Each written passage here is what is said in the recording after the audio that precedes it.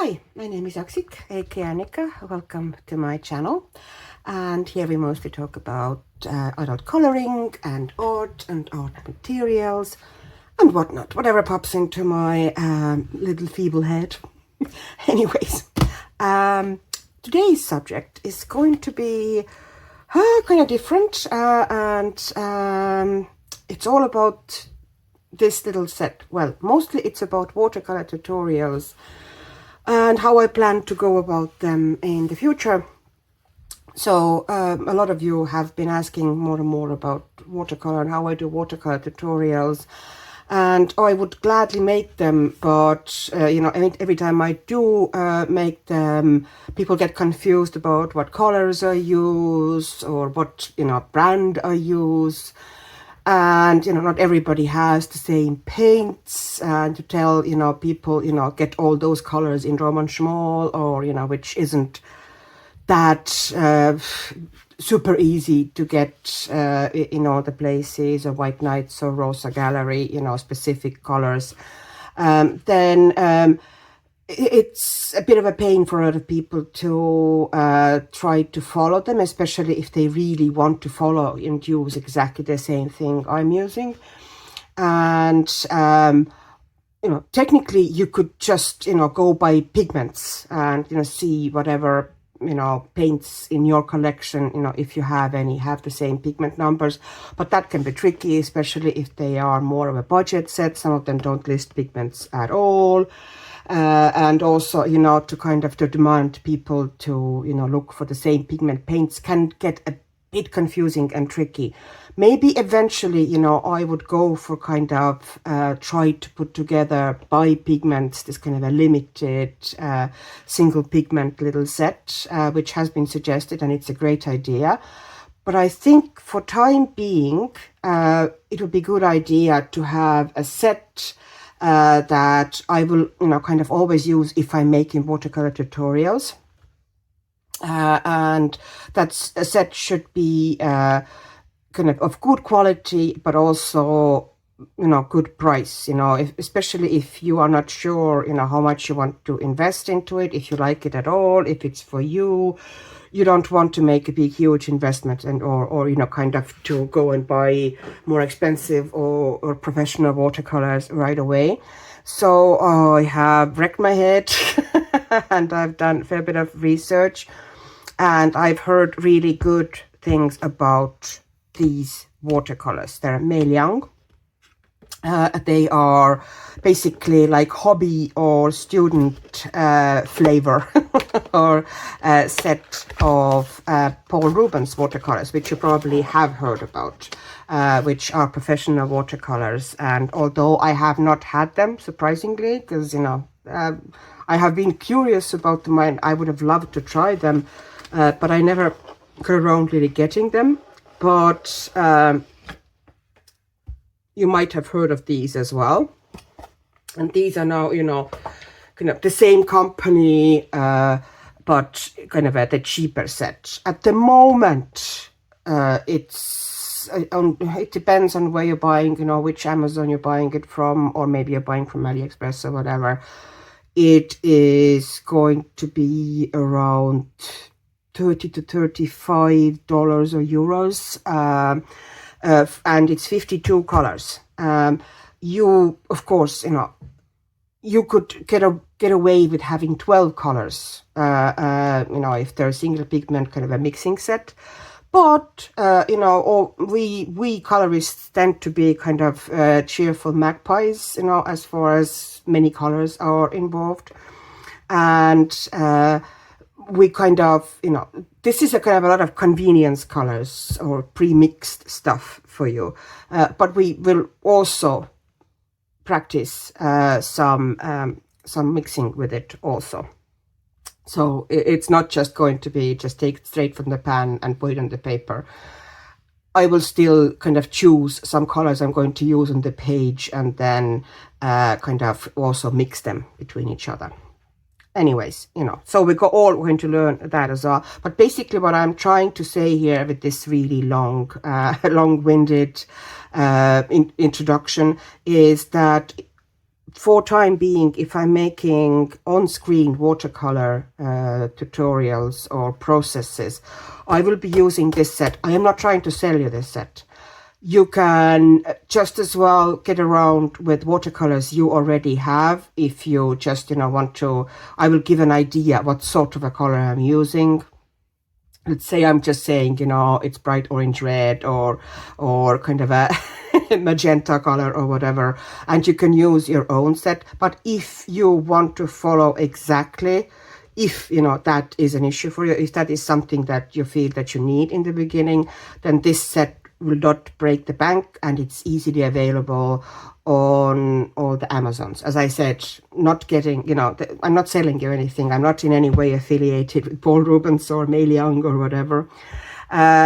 You might have heard of these colors before. They used to be called Pretty Excellent. The logo was the same, only it said Pretty Excellent here. I don't know if they had 52 set before, but they definitely had 36 set, which is definitely a good set as well. So, here we go. Let's open a little treasure trove. I like the fact that it has, I've always liked this latch, kind of a, it just feels slightly fancy, although, they're not. Yeah, I really heard, that they are decent. We're going to swatch them and kind of, have a look at them closer then as well. So this is how they come. You get, this is a pigment liner. So it's supposed to be water resistant.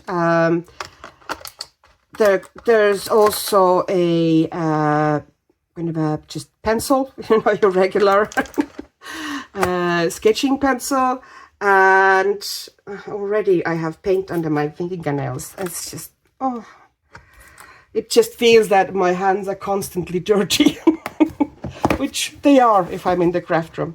And we also have a brush, which at the moment looks like it has a decent point to it, but I don't really. It has a hair sticking out here as well, so I don't know what to think of it yet. But we can test that one also when we're swatching. Maybe I'm going to try to get some of the paint off my hands. I don't even know how I got onto my hands. Never mind. And there's also a little sponge here, which is for kind of tapping and cleaning, tapping excess water or excess paint off your brush when you are watercoloring. There's a little packet. I suspect there might be maybe 10. It doesn't really say here anyway. It's watercolor paper. Seems to be cold pressed, so there's some texture to it. Let me see. Let's open it. Then we can kind of decide, what we think of it. I have this habit of opening things with the palette knife, which does this less damages than X-Acto knife or craft knife. Anyway, yeah, it's a cold press watercolor, which I will probably keep for testing color combinations and just testing. It would also make kind of, if you wanted to paint bookmarks or something, there you go. Just put kind of color washes down and have nice watercolor bookmarks. There's a swatch sheet that I'm not overly keen on, but it's all right. They tend to, it seems, Paul Rubens often gives their swatch sheets on this sparkly, they have this glitter watercolor paper. I don't know if it's visible on the camera, but it has a kind of glitter embedded into the watercolor paper, and it feels hot pressed. It's very smooth watercolor paper. There's information sheet, and that one, if you get this set, now once again, there's no obligation. You can get away with your own watercolors as well, pretty much, or any set you have, as long as you kind of follow somewhat, you know, color temperature idea what color I'm using. They do not have to be identical colors, but if you want the convenience and the comfort of having exactly the same colors, then, you know, this is not super expensive. I'm kind of trying to, you know, think of people's wallets. And this, if you happen to get it, keep the sheet, you know, glue it somewhere, stick it onto your swatch chart. If you don't want to put all that information, I will probably stick it into my planner, possibly, where I have lately, you know, been sticking stuff, because it has all the information about the pigments here, and it has also information about light fastness and transparency. The little squares there in the swatch, you know, in the information sheet, just in case you didn't know that. Most of you do, but just in case you didn't, those little squares there, these indicate if the watercolor is transparent, semi-transparent, or opaque. And obviously, you know, when the square is empty, then it's transparent. When it's half dark, then it's semi-opaque. And when it's totally filled in, like solid like this, it is considered an opaque paint. So, you know, this would be a good thing to save. And because it also has the numbers of these colors. So I presume because they have numbers, technically, maybe, you know, in some areas you can actually buy replacements of these, but I wouldn't swear on it. But they do have kind of, I presume, brand-specific color numbers in front of them, which I didn't really put onto the swatch chart because I highly doubt that, you know, I'm going to be chasing after it. Then it has a little plastic sheet to protect them when you know, for closing the palette, I presume. And then we have the paints. Now they come like this in the, no, it's easy enough to kind of take them out like this, and they come on little kind of a sleeves, paper sleeves on them to protect them. So you first have to take them out. So you pull these little metal tabs or holders backwards, like this, all of them. And then, here we go. And you take this out, get your fingernail underneath there, and these come out really easily. They're not very kind of a hardly, you know, heavily fixed to it, so it's pretty easy to take them off. And then okay, I'll take a couple of them off and then show you quickly how to put them back so they would be secure. Once again, I am not going to save all of these sleeves because there's a lot of them, and I'm not planning to, you know, stick them everywhere. I have the pigment information already on this one, which is much more convenient form. So these ones will go to bin. But if you want to, what you can do, just in case something gets mixed up or they fall out of the pan as you are taking them out, take a Sharpie and write there's no point writing the name because it's too long, but just take the number maybe of that color. So this is 346 lemon yellow, so it's 346.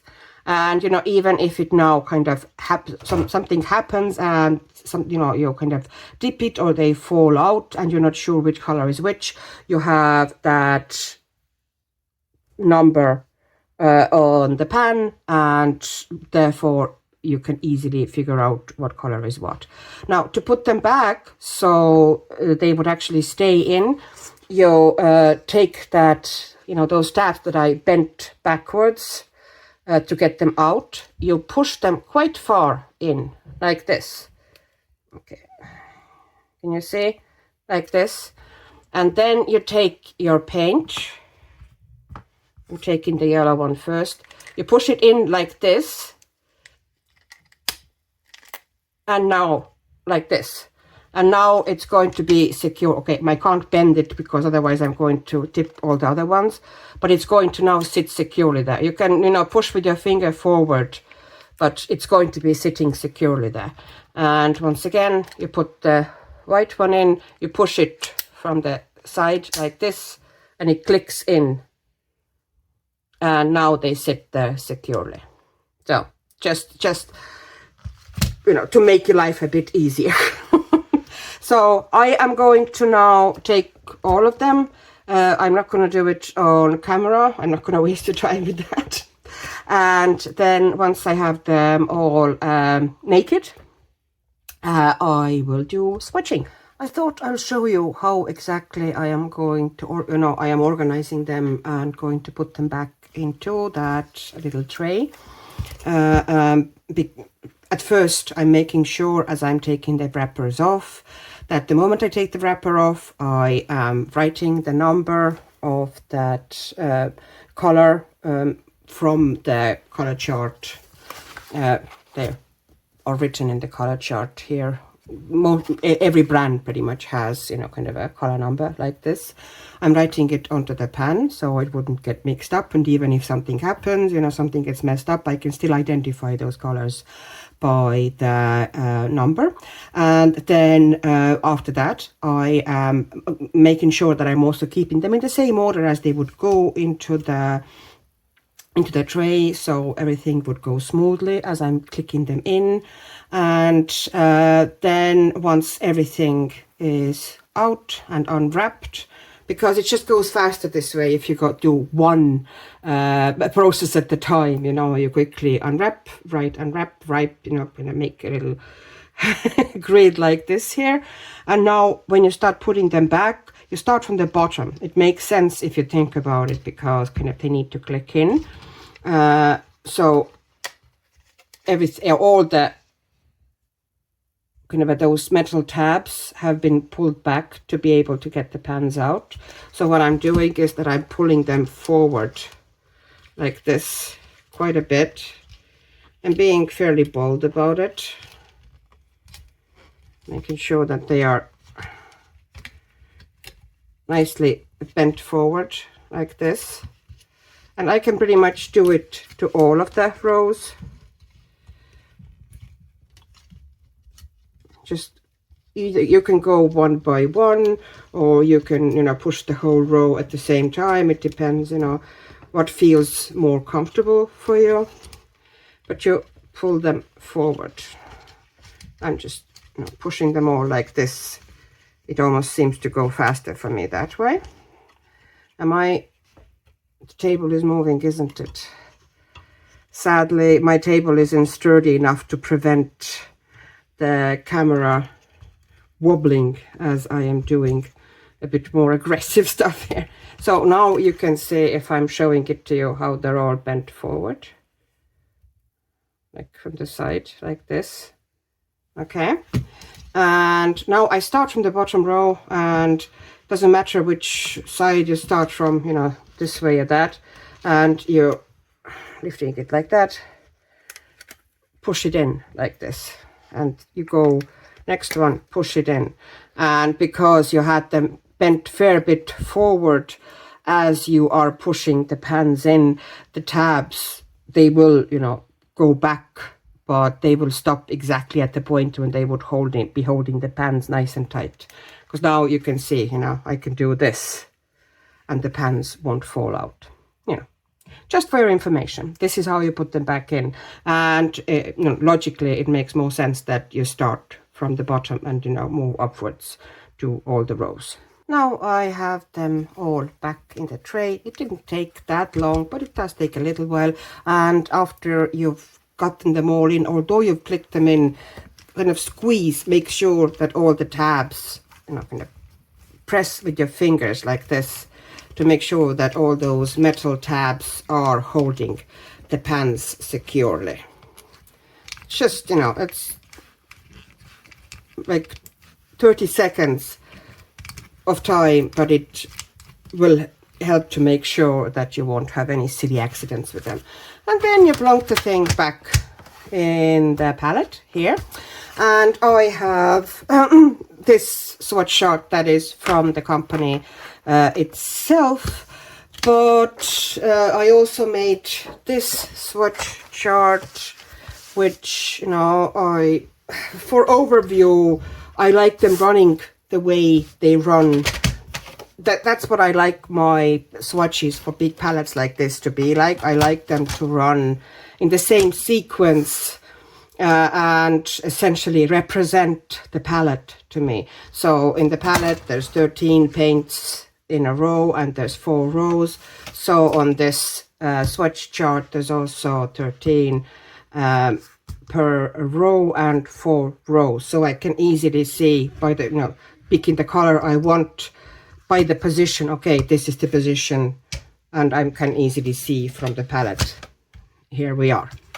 Okay, so we get to the swatching now. And we need a cloth. I'm just using my good old microfiber cloth. I'm mostly going to get very close, you know, and try to kind of have it so you can see the colors close by. But for the first couple, maybe, you know, we will stay a bit further away. So I said I was going to try out, excuse me, my voice is going for some reason. It's been a lot of talking today. So I have my good old water tub. Make sure that your water is clean, because it's going to be quite dirty after swatching these. So at least start clean. Excuse me, I don't know what's going on with my throat. Okay. It's very hard to swatch white in any sense.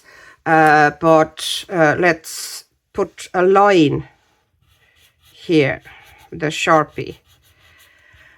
In a lot of cases, people would also kind of pull that line through all the swatch chart, which you can actually do, and it basically will represent how opaque, you know, you can see from how the paints are covering that line, how opaque they are. So you put it towards the top of the cells where you would have the highest concentration of the paint, because that's where the mass tone is usually going to sit. And you can do that. This is kind of a matter of choice. But it is handy to see, you know, how opaque or how transparent the color is. Now, but I made it especially strong, obviously, for the white. I also like, what I like about this brush is that it has that slanted edge, which if you actually work in a watercolor paper, you can use it for creating textures and pulling grasses into the paint. But in coloring books, it doesn't really work. You know, you need decent paper for that. Anyways, let's go now. Okay, I'll put that on top of it. I won't keep it here for long, but, you know, for the beginning. So let's see how they activate first. Yeah, they seem to activate pretty fast. And this is what white is that? Let me see. Oh, this is a mixture of 2 whites. That's PW5 and PW6. I do know that PW6 is titanium white. I am not sure about PW5. Yeah, I should know, but I can't think of it. It's not a super opaque, well, white. It is going to be, you know, for a watercolor pretty covering, but it's more of a mixing white, obviously, for lightening colors and creating pastels. If, you know, we decide to do that, which we might sometimes. Now, the next color is lemon yellow. Now, think about paints like this, cheap paints like this. You're not going to have expensive pigments here. So, let me pull a bit downwards. So, even if some colors here might say, well, we'll get to that, but basically you won't have cadmiums here, you won't have cobalts here, you know, you won't have very expensive pigments here. So I wet the brush and I'm now pulling it downwards with just damp brush. I took excess moisture off. I'm not sure how this pigment liner is going to react to water, but we'll see. And I'm also going to drop some of that lemon here, like this. So I can keep this little chart in the box. And this one is New Gamboge, which also isn't New Gamboge. It's a mixture of two yellows. I think it's mixture of possibly a nickel azo and PY74. Is that Hansa? Is that Hansa Deep? Sorry, see my voice going again very weirdly. And I'm going to drop it here as well, the New Gamboge. Just kind of, and here I'm making kind of very loose. And I'm running into the actual writing with it. Otherwise, there's barely any room to actually see the color.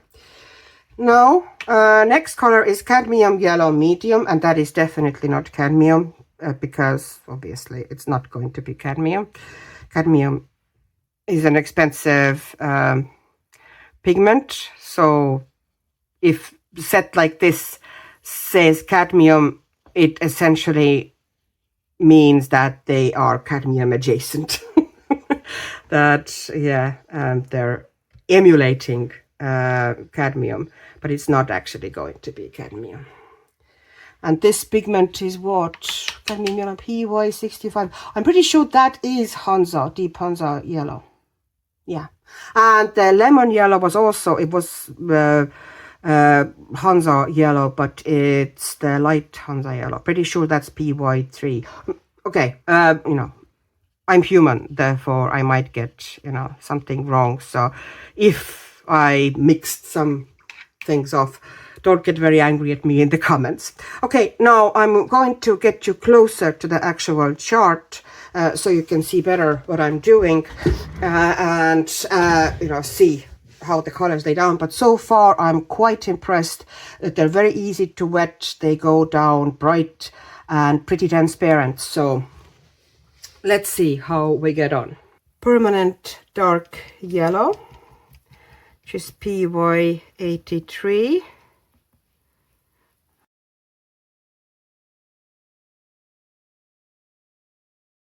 My head is not working. Next is a nickel yellow, which is nickel azo yellow, and it actually is pigment-wise also nickel azo yellow. It's PY151. Maybe I shouldn't really go much, you know, on about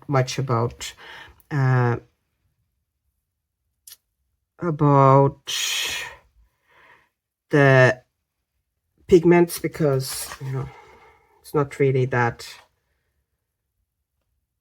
well, it is important, but not really in this set, not the way we're going to be using them, but we'll see. And this is one of my favorite yellows. This is yellow that has really kind of deep, almost ochreish golden tone when you put it down, kind of like a matte tone.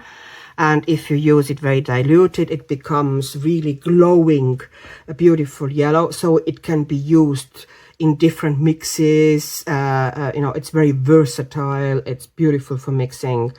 It's one of my favorite colors of all. This is how Gamboge, you know, it's kind of considered one of the replacements for the, you know, Gamboge, which, you know, in here is a mixture of two different colors and doesn't really look much like Gamboge. But, you know, it's a nice yellow. There's abundance of yellows here that feel a bit excessive almost. Now, next one is orange, which is just called orange. Looks pretty bright. And what does it say? It's a mixture of yellow and orange pigments. Beautiful, bright yeah, it's a nice bright orange. Really nice and vibrant.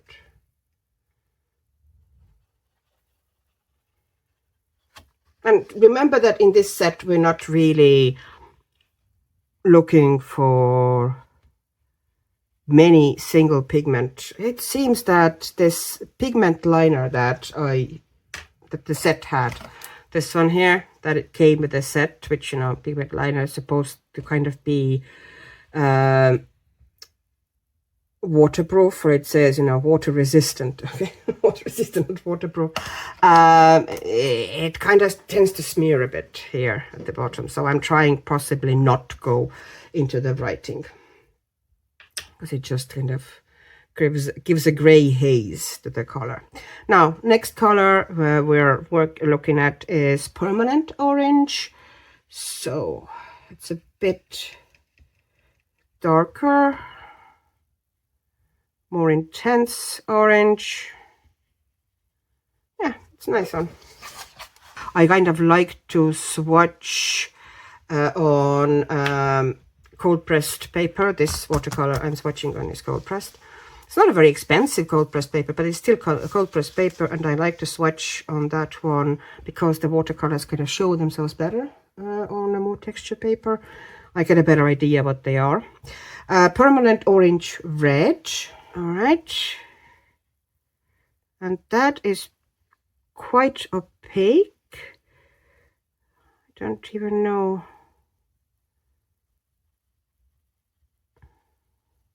We have a bit of a run there from the other side, but it doesn't really matter to me.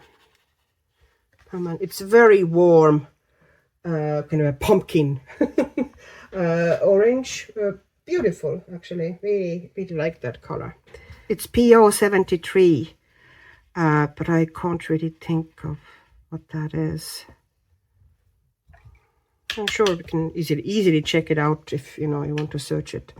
Light cadmium red, I can tell you with absolute assurance that there's nothing cadmium about it.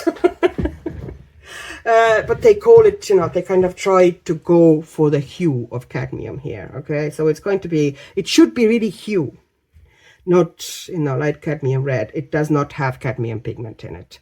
It does have PR112, which is naphthol red, and there's also orange pigment in there. So they warmed up naphthol red to get that light cadmium red. So, which still feels kind of pretty orange adjacent, but it feels more earthy than the previous ones.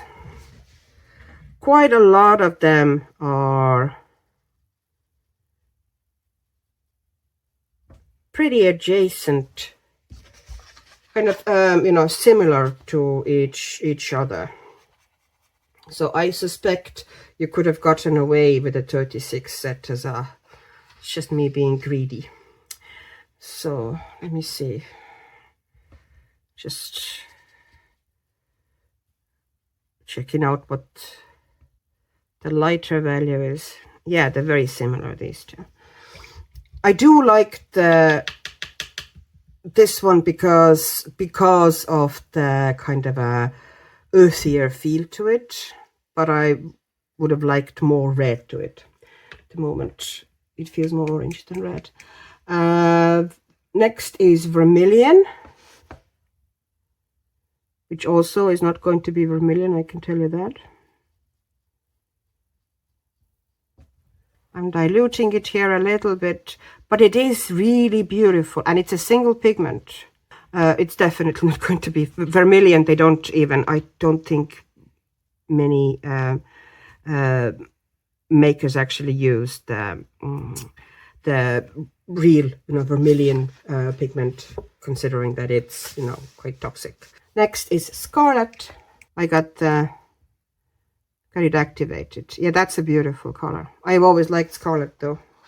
And lightening it up. It's going to be it's going to definitely show its colors better when it's kind of more dry. So we'll look at it at the end. Okay, and next is Chinese red.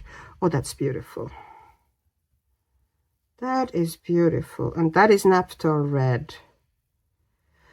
Also, even if you are thinking, oh, you know, I have, you know, let's just get all the same, you know, pigments, single pigment paints. Take into consideration that even in this set, and I can show you later, are several colors that are exactly the same pigment but look different, and you know, exactly the same pigment paint or pigment information paints from different manufacturers can look totally, you know, not totally, but you know, quite different. So this isn't a guarantee. And we're moving on to permanent red, which looks really nice and strong. Oh yeah, that's a beautiful red. Very glad to see that red here. Absolutely stunning. Let me wash it out to that. I should have put less down. That's a really intense color, you know. I did have too much down here at the top, so I even didn't get it. I'm trying to kind of lift it a bit from here so I can get a bit lighter value, you know, somewhere on a sweatshirt. Yeah, okay. Next is Carmine. Okay, that's PR 176. I can never pronounce that well. Benzeнимidazole Lawn Crimson or something like that is the name of that pigment. I know that pigment, but I can never say it right. It's really difficult. Yeah, it's beautiful, kind of a, you know, going towards cooler red, and as a cooler red, it is a beautiful red.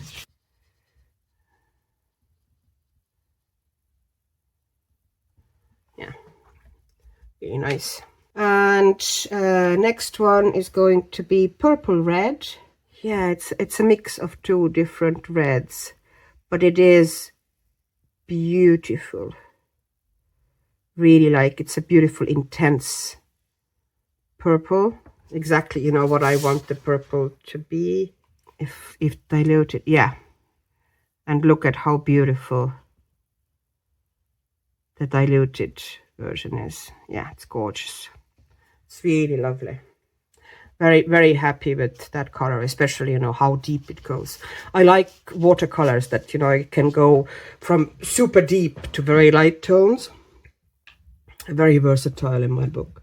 Now, quinacridone rose is actually quinacridone PV19. It's quinacridone violet.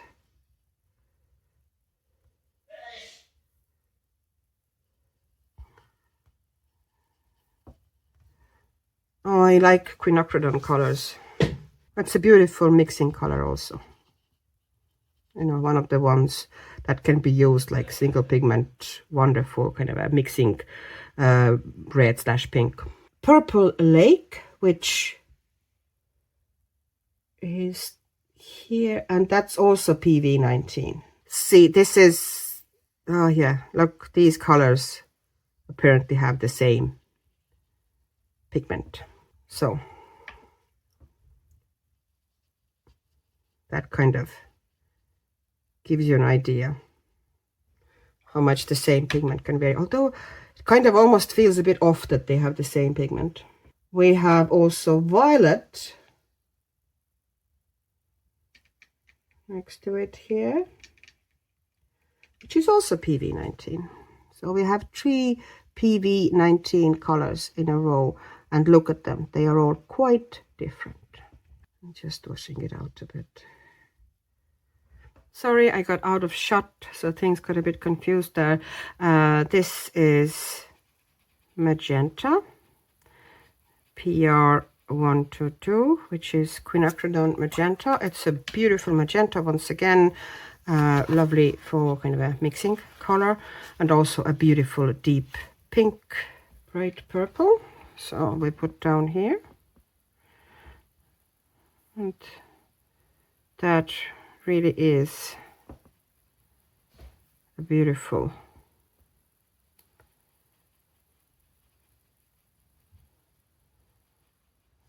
yeah, purplish violet, beautiful. And here we're washing it out. All right. Next color is deep purple. I presume that is going to be leaning more towards blue, and it is. And it is beautiful color again.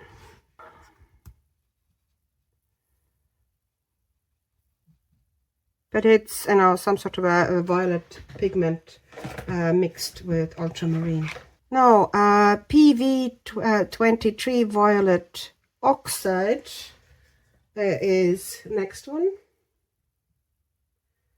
And that pigment is actually dioxazine violet, which is violet I very much like. So I'll see how much I like the one here, you know, this version. But the dioxazine violet, I do like dioxazine violet.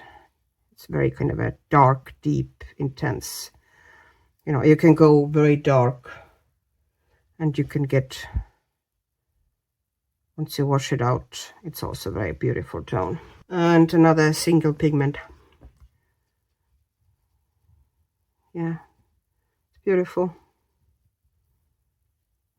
You know, you can probably, you know, it's going to be hard for you to see because of the reflections, you know, how the light is glaring at them. But once it dries and sinks into the paper, I have to say that the paints actually look more vibrant on this paper, which is kind of more smooth, the raw hot press paper, but then on this cheapish cold pressed paper. So we might be in luck with coloring books. Okay, next is cobalt blue. It's not going to be cobalt. It is 3 pigments and one of them white. So there's ultramarine there. There's PB15. Let me think. PB15 was, I think it's Taylor blue. Yeah, it's Taylor, pretty sure. This color wouldn't probably be the greatest mixing color, though we could attempt, you know, to mix something, but it would give you nice sky, you know, if you just wanted that tone. And I'm going to wash it out slightly. You're gonna get, yeah, it's going to be, you know, a beautiful sky color, and, you know, on certain water as well, mixing it, getting color, creating color variations on the water. So it's gonna be fine. Next is ultramarine blue, which is ultramarine, the pigment. It's PB29. That's your typical ultramarine. This is a pigment that naturally granulates as well.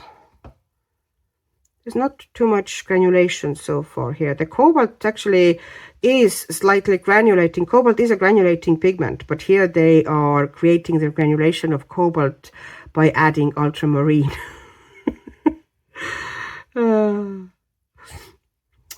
That's funny. But beautiful paints, you know, the colors are beautiful. Oops, too much water. I didn't tap my brush off. Gonna create cauliflowers that way, but I don't really mind. I actually like cauliflowers.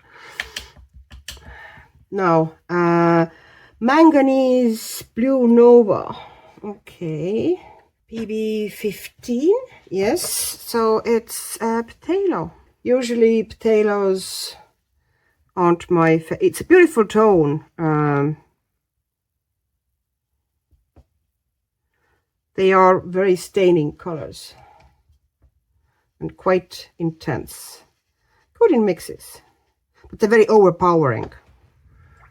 Like, you need to be careful if you mix things with Talos, because they tend to take over.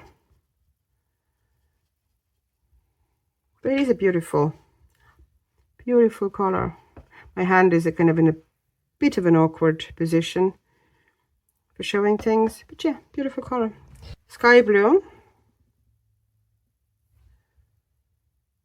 And what colors do we have here? Okay, we have white. What is the other pigment? PB17. But it is a beautiful color. Really like that one. You know, kind of a like bright summer skies, water. Yeah, beautiful. Prussian blue, another one of the blues I really like. It's a, once again, very intense blue. I don't think they have Indratron blue here, which is a pity. It's one of my favorite blues.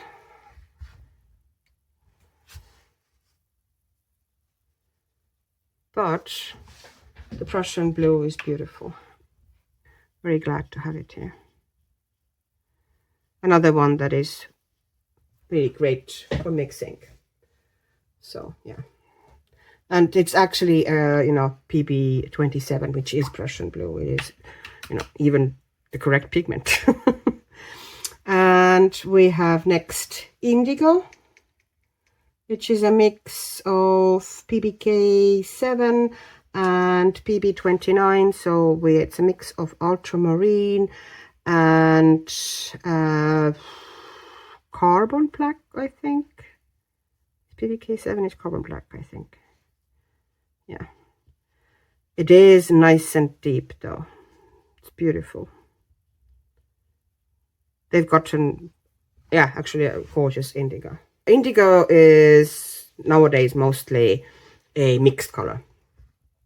And it depends on the brand, you know, how they mix and what the mix is. And, you know, some of them lean more towards gray, some of them lean more towards blue. This is more blue leaning indigo, but it is beautiful. I also really enjoy some almost grayish, you know, kind of dark indigos. White Nights has a beautiful kind of a really almost neutral dark grayish indigo. Really like it. Next is Payne's Gray, which has exactly the same pigment combination as indigo. So let's see and see how much of a difference it is. You know, you can have the same pigment combination and quite different color. So it all depends how the pigments are combined. Let's put the mesh down quite dark here. And I like that Payne's Gray. It's like beautiful kind of a neutral bluish gray. Also because of the ultramarine, you get a bit of a granulation with that one. Kind of a natural granulation. So sea blue is next. Okay. That looks like tail or something. It has very strong, it has, it's a mix of tube tailors actually. Then next is light turquoise. This to me feels like there should be white in it, but there doesn't seem to be. It is quite opaque though. It's a really nice color. It has phthalo green. And it has phthalo blue.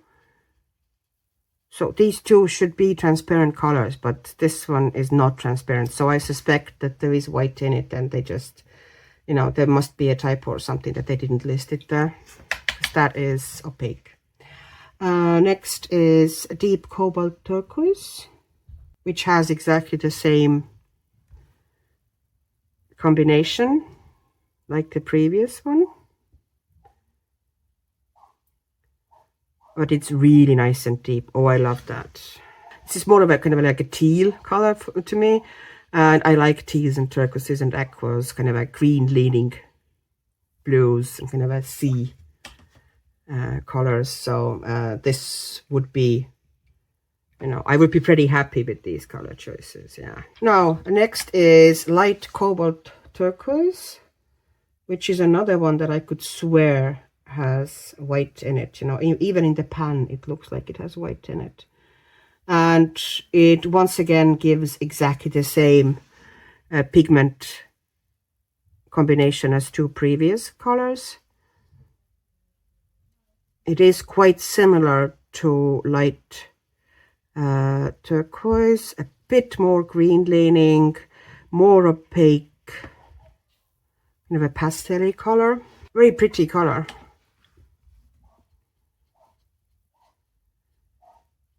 Yeah, I have to say that, you know, if you have 36 set of the same colors, you will probably be able to get away with it as well, because, you know, quite a lot of the colors here are quite similar.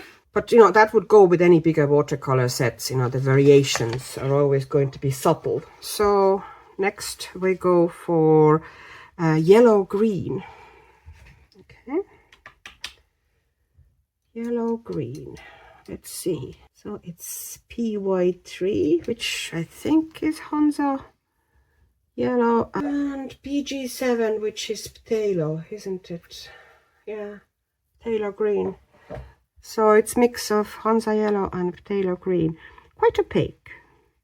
Once again, I feel like there should be possibly some white there that might be unlisted here. But really pretty, kind of a May green, I think, would be many sets, you know, would have it. Also kind of almost green gold. Yeah, it's a beautiful color actually. Quite a lot can be done with that color.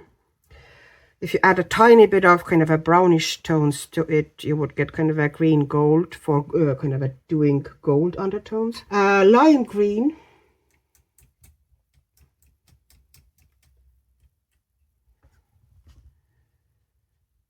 Okay, that is kind of a salad green. Like I'm more, you know, leaning towards that very warm green. And these colors should also kind of swap for me almost, you know, that this is to me much cooler on that side. It doesn't really matter. Really like the yellow green. Salad green has its place probably. You know, sorry, lime green. It's not salad green. It's I'm calling it in my head now, salad green. Yeah, it gives the kind of a lighter, kind of washed out version of it is really nice. Great for kind of basing leaves and such, and going with pencils on top. And they're both great undertones. Permanent green. And once again, we have phthalo in there, and we have Hansa yellow here. Just like we had in this one, the yellow green. It's just, you know, quantities. But yeah, it's essentially the same colors, you know, same pigments in this and this.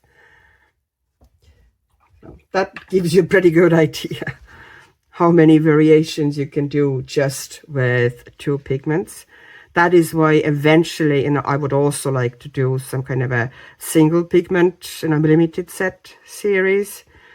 But since I have this set now, you know, I'm kind of if I do kind of a convenience pages where I don't want to, you know, even mix much, but just, you know, put bright colors down and color variation, then this set is actually great. Deep emerald. Okay, let's get it. And that is going to be pure phthalo green.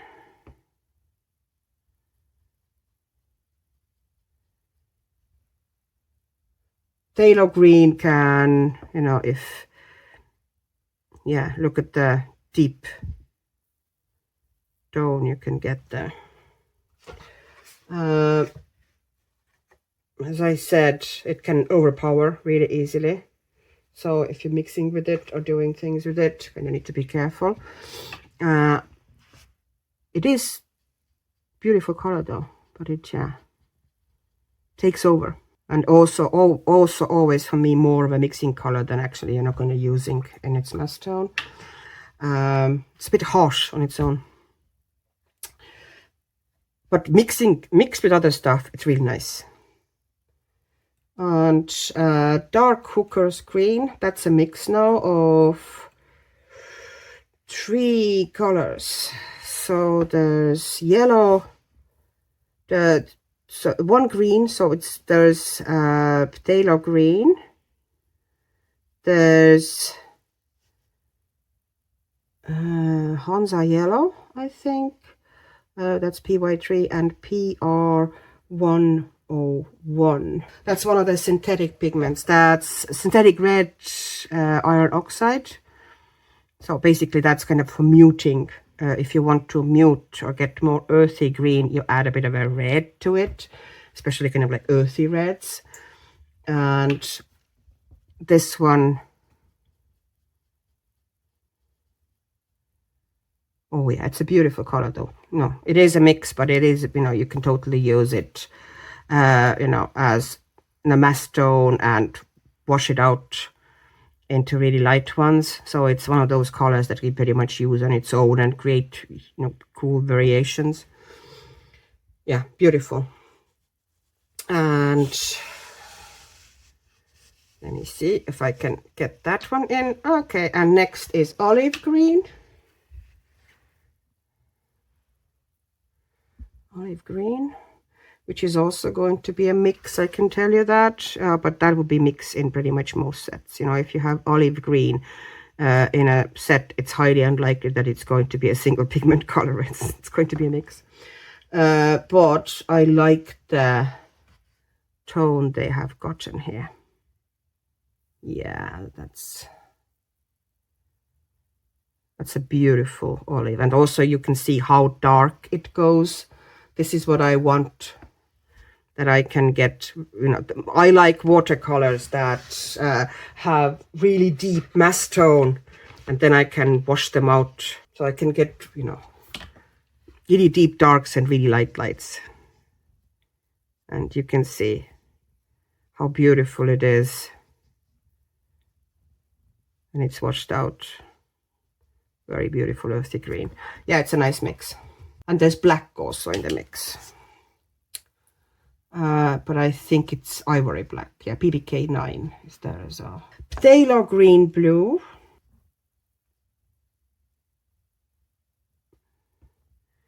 But that's even cooler and brighter. Has a bit of a kind of viridian feel to it. But essentially deep emerald and this can almost be used interchangeably.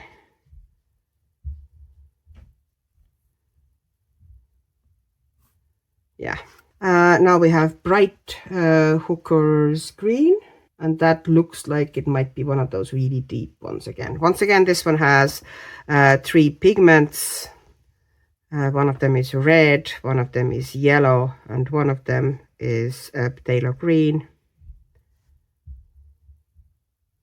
And once again, it's the red iron oxide that is the red pigment here. And it's fantastic. It's, if you took sap green really, really dark, that's what this one is kind of.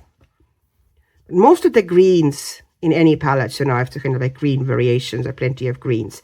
They're going to be mixes. There's not too many, especially kind of natural looking green pigments. So most of the sets, if you have green colors, they're going to be mixed. You know, they're more of a convenience colors, because all of these you couldn't pretty much mix yourself. But you know, it's nice to just have them. You know, you be able to kind of pull them from the palette. Next color is a natural yellow, which I think here is supposed to be representing ochre, and it is PY42. So that's another one of the synthetic iron oxide. It's a yellow iron oxide. This one is quite opaque. You can see yourself, it's pretty much totally covering the line. But it does have kind of very nice ochre undertones, and it washes out, yeah, into beautiful kind of ochre. It's one of those pigments that is used as kind of like ochre replacement. And it's a pretty successful one because it has the same kind of opaque feel. and very nice earthy, subtle yellow. So I actually like that one. Light brown, PBR 7. That's actually natural iron oxide, brown iron oxide, and it's a beautiful color. I actually like that a lot.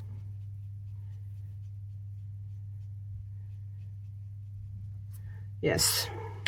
Now fired gold ochre is the next one. Just PBR 25. That's one of those pigment names that I can't pronounce. Oh, it's nice and intense. Yeah. Another one, you know, kind of like a darker burnt sienna. Both have red undertones. I'm hoping that they have some more neutral browns as well, because they're both kind of red leaning. But they are really beautiful, I have to say.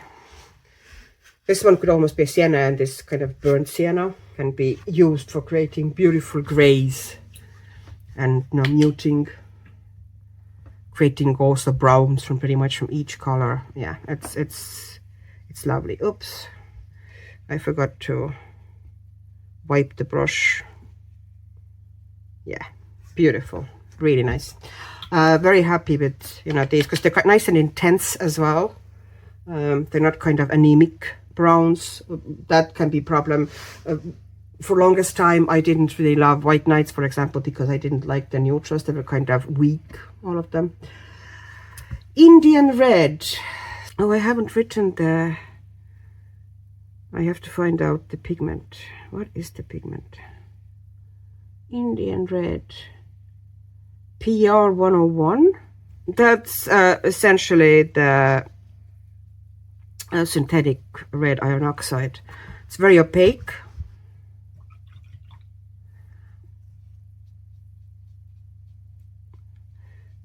A brick color or terracotta. It is kind of nicely red leaning. Has a really beautiful, you know, the washed out here is really nice. Kind of this washed out area. It's beautiful. Now burnt umber. Yeah, they've used essentially oxide, because that is PBR7 as well. But you can see how even the same pigment treated differently, possibly heated differently, can look totally different. You know what I mean? It's also natural brown iron oxide, but it doesn't look anything like the light brown. So, which, you know, this is the color, the same, sorry, this is the same pigment, these two. And as you can, you know, yourself see, they look very different. It's a beautiful kind of a teddy bear brown. Let me see how, I didn't really try to go deep with it. Yeah, it goes nice and deep. Quite opaque. Then again, most of the earth pigments tend to be more on the opaque side.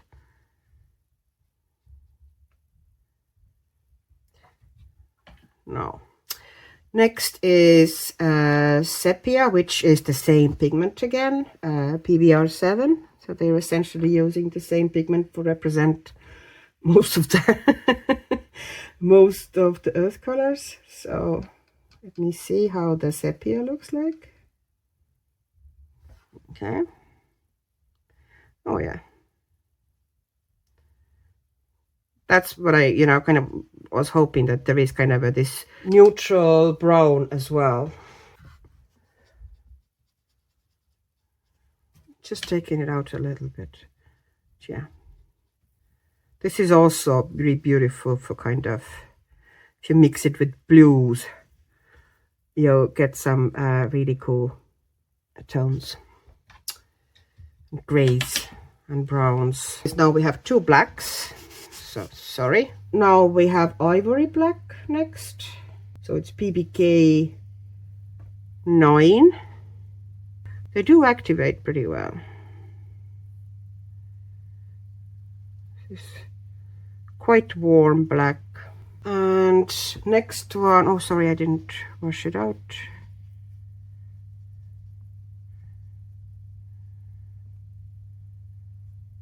And yes, you can use black in mixes.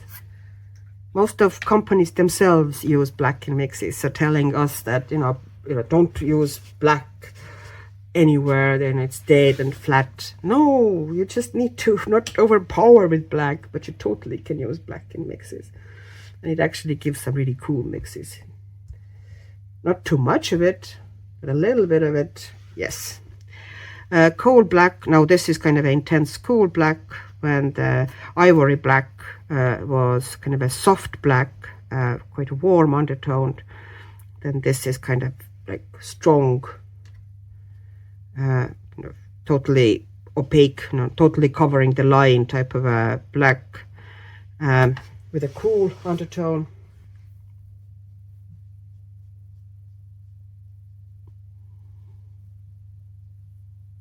Seems to have a little bit of granulation, both of them.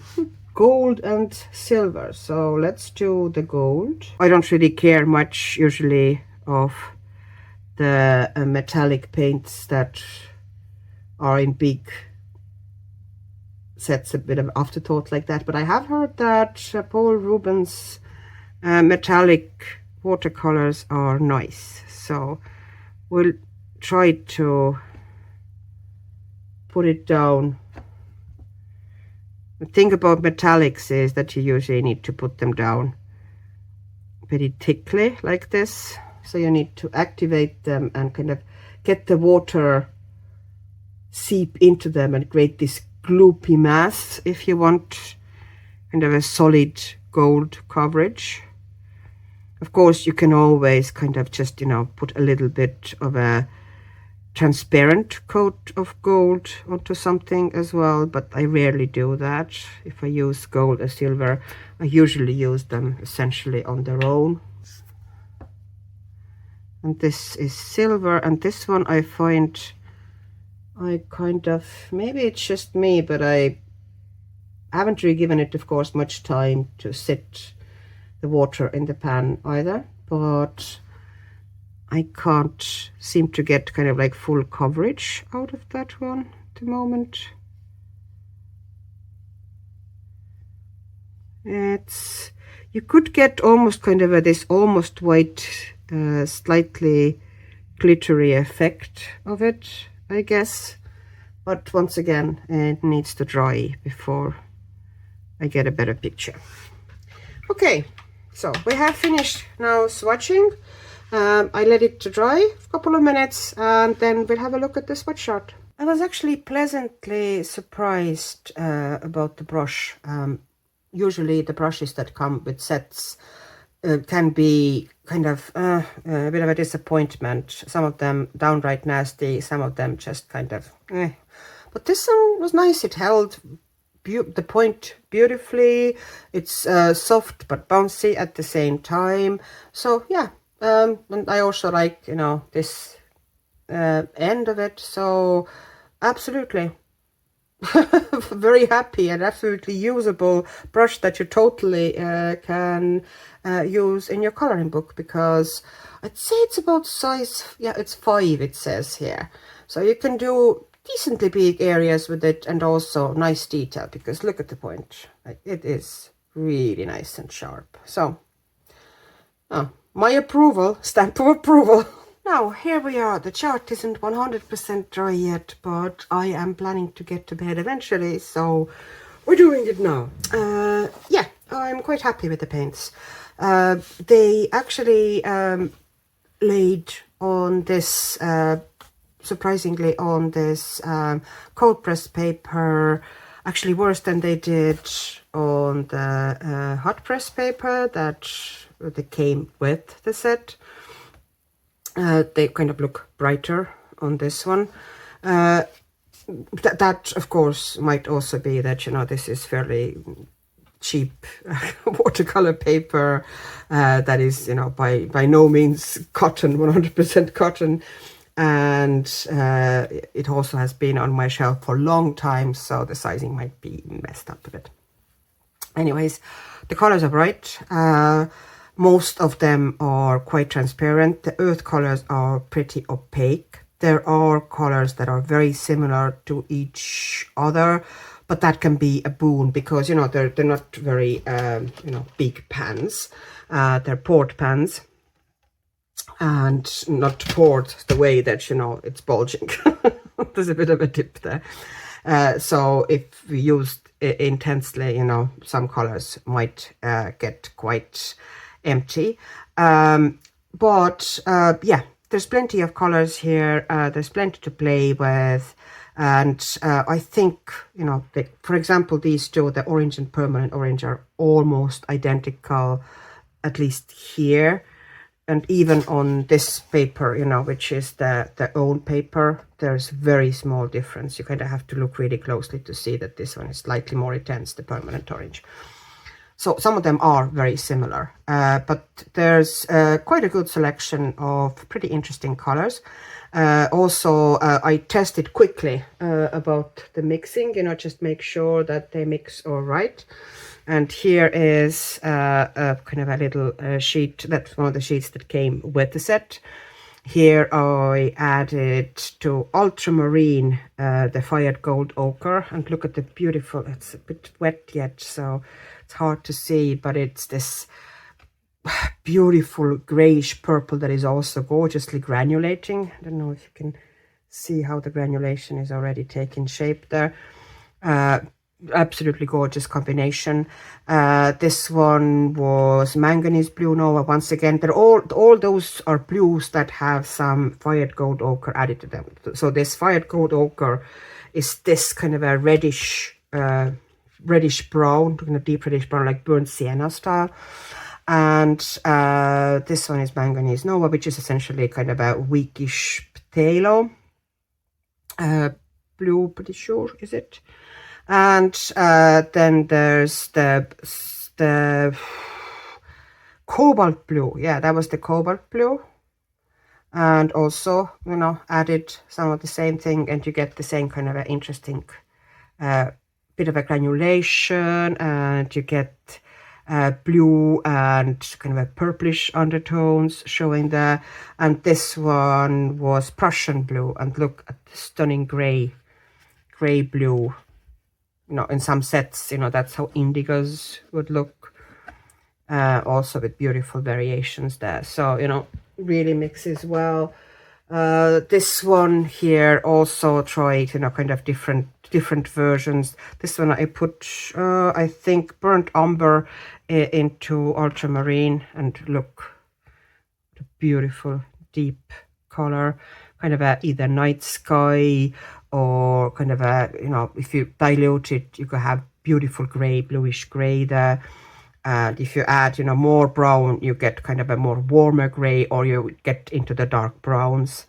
Then this one was deep emerald, which is phthalo green, you know, would be pretty harsh color on its own, kind of like this.